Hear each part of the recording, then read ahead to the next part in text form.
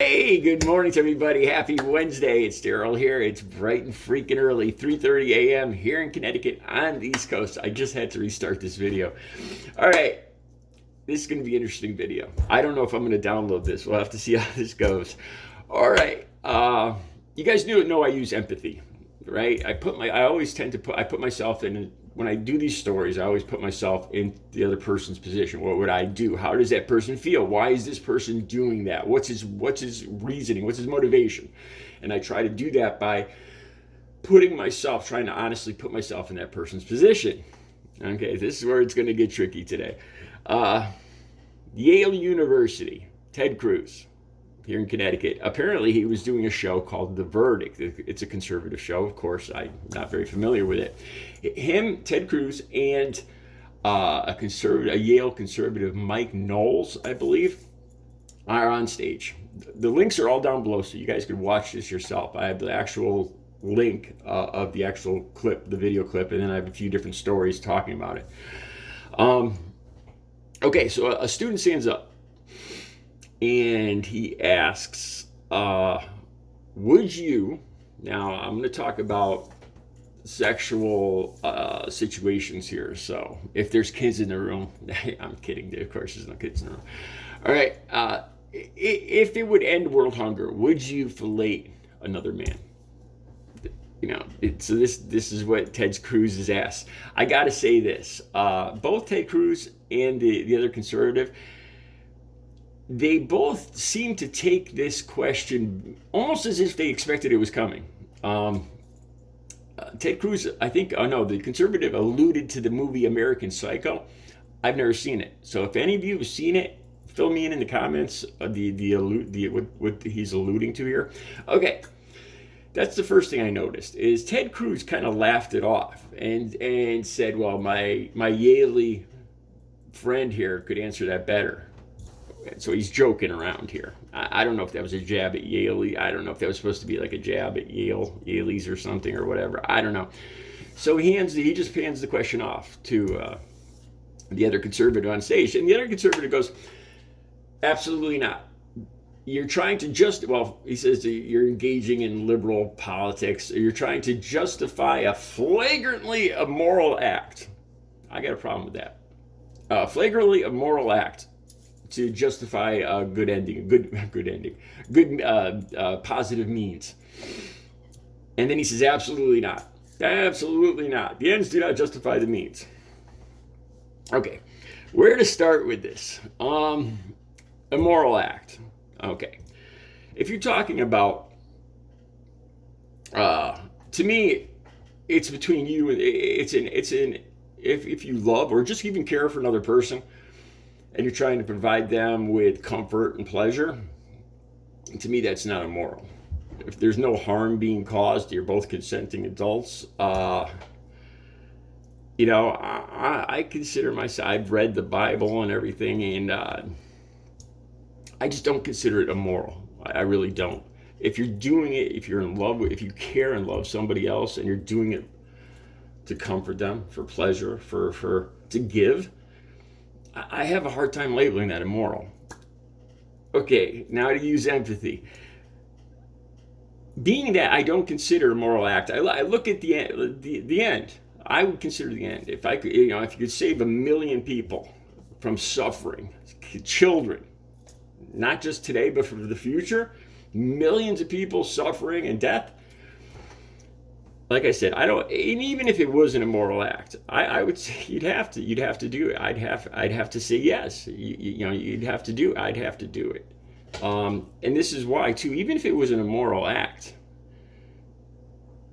in the end, when you meet your maker, you're saving millions of people through your own downfall, I guess. I was raised Catholic, Christian Catholic, and in this religion, we're taught that anything can be forgiven, murder, anything, as long as you truly ask for forgiveness, absolution. You can be forgiven. Anything can be forgiven. So the immoral part I don't have a problem with that at all. The part I do have a problem with is being submissive. This question just leads to so many if, ands, and buts, and what abouts. Um, I wanted to ask, could I pick the person? And the reason I say that is because the submissive part, bending myself, so to speak, to somebody else's will, this being submissive to another man, that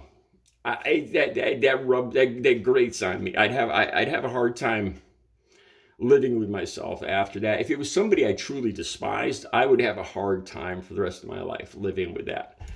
And I believe suicide is absolutely the worst thing you could do. So I would have to live my entire life suffering. It would mess me up probably.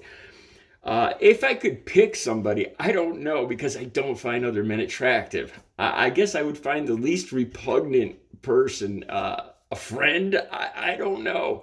But if it's going to save 1 million people, you're talking about kids, children, babies, elderly people suffering horrible deaths for my discomfort, I'm afraid I'd have to say, I would do it. And I am confirmed heterosexual, but I do consider the ends, the immoral part doesn't play a big thing with me.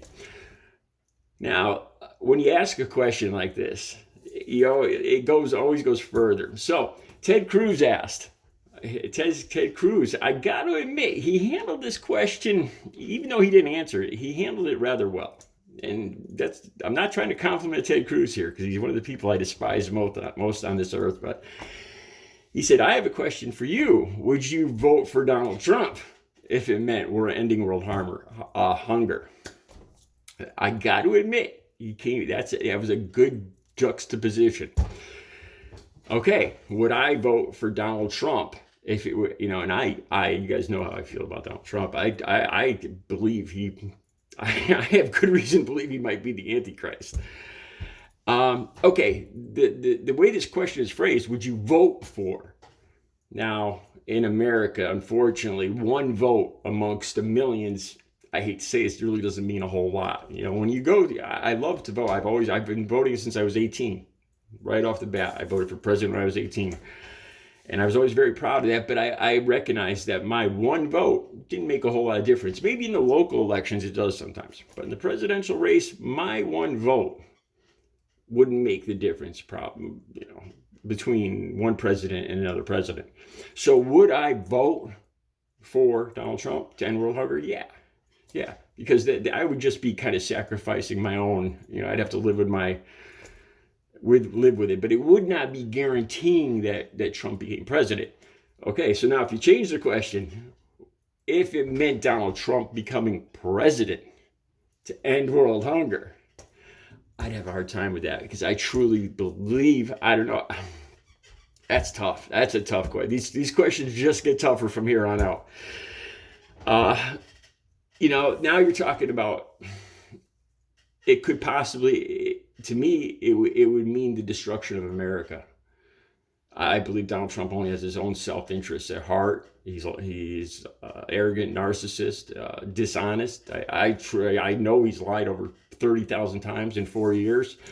But if you're talking about ending the world hunger, what's the lesser evil? That's a tough one, man. You're talking about freedom, democracy, America, and possibly the end of the world or world hunger. I don't know. I almost can't answer that question. All right, let's take this another step further. These are getting harder. Would you? I can't even say this. Would you fellate Donald Trump to end world hunger? Oh God, why do I do this to myself? I can't answer that question. I can't. I hate to admit that I might let millions of children suffer, but I just don't imagine that I could ever do that.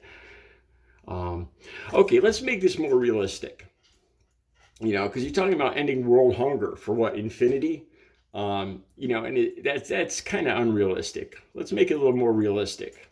How about a whole group of Trump supporters? You're imprisoned by, or if you're a Trump supporter, you're imprisoned. You're imprisoned by a group of liberals, and your only option to save your family is to fellate one of the Trump supporters, or if you're a Trump supporter, a liberal. Would you do it? See, this is where the submissive part comes in. To save my family, I'd have to say yes. I don't know. I don't know how I live with myself after. I probably have mental issues. I might go back to. I never thought I would ever go back to using, but if I had to do that, I don't know if I would be able to live with my reality. But that's a more realistic question. If you had to provide that pleasure to somebody that you truly disagree with and somewhat despise. Now, if you want to talk about immoral, I thought the more immoral, if you're talking about immoral, filleting, the option was now filleting another man for $1 million, would you do it? For 10 million, for $1 billion, would you do it? I'd say no. I would say no. Money, unfortunately, I don't know if this is from my past using, because when I was using, money wasn't real to me. I measured everything in ounces and grams. $50 was, a gram. And I don't know if that changed the way I look at money, but I've never considered money a big motivating factor in my life. To me, happiness, love, experience, helping other people. I know it sounds corny, but to me, that provides me the most pleasure in life at this point in my life. It hasn't always. To me, that would be more immoral. If you're talking about $1 million, getting paid $1 million, how are you going to spend $1 million when? How would I be able to spend $1 million when I knew that I bent down submissively to somebody I despised for that money? I don't think I'd be able to live with myself. All right, I can see this video went by fast. I'm already approaching 12 minutes. As the minutes go on, these videos get harder to download. That's why I try to stay under 10 to 12 minutes. Sometimes if I go to 15 minutes, sometimes depending on internet traffic, these videos could take like 3 or 4 hours to download. And that becomes a problem. Okay. So anyway, let me know what you guys think. If you saw the movie American Psycho, let me know. I think that's what watch the video. You guys have a great Wednesday.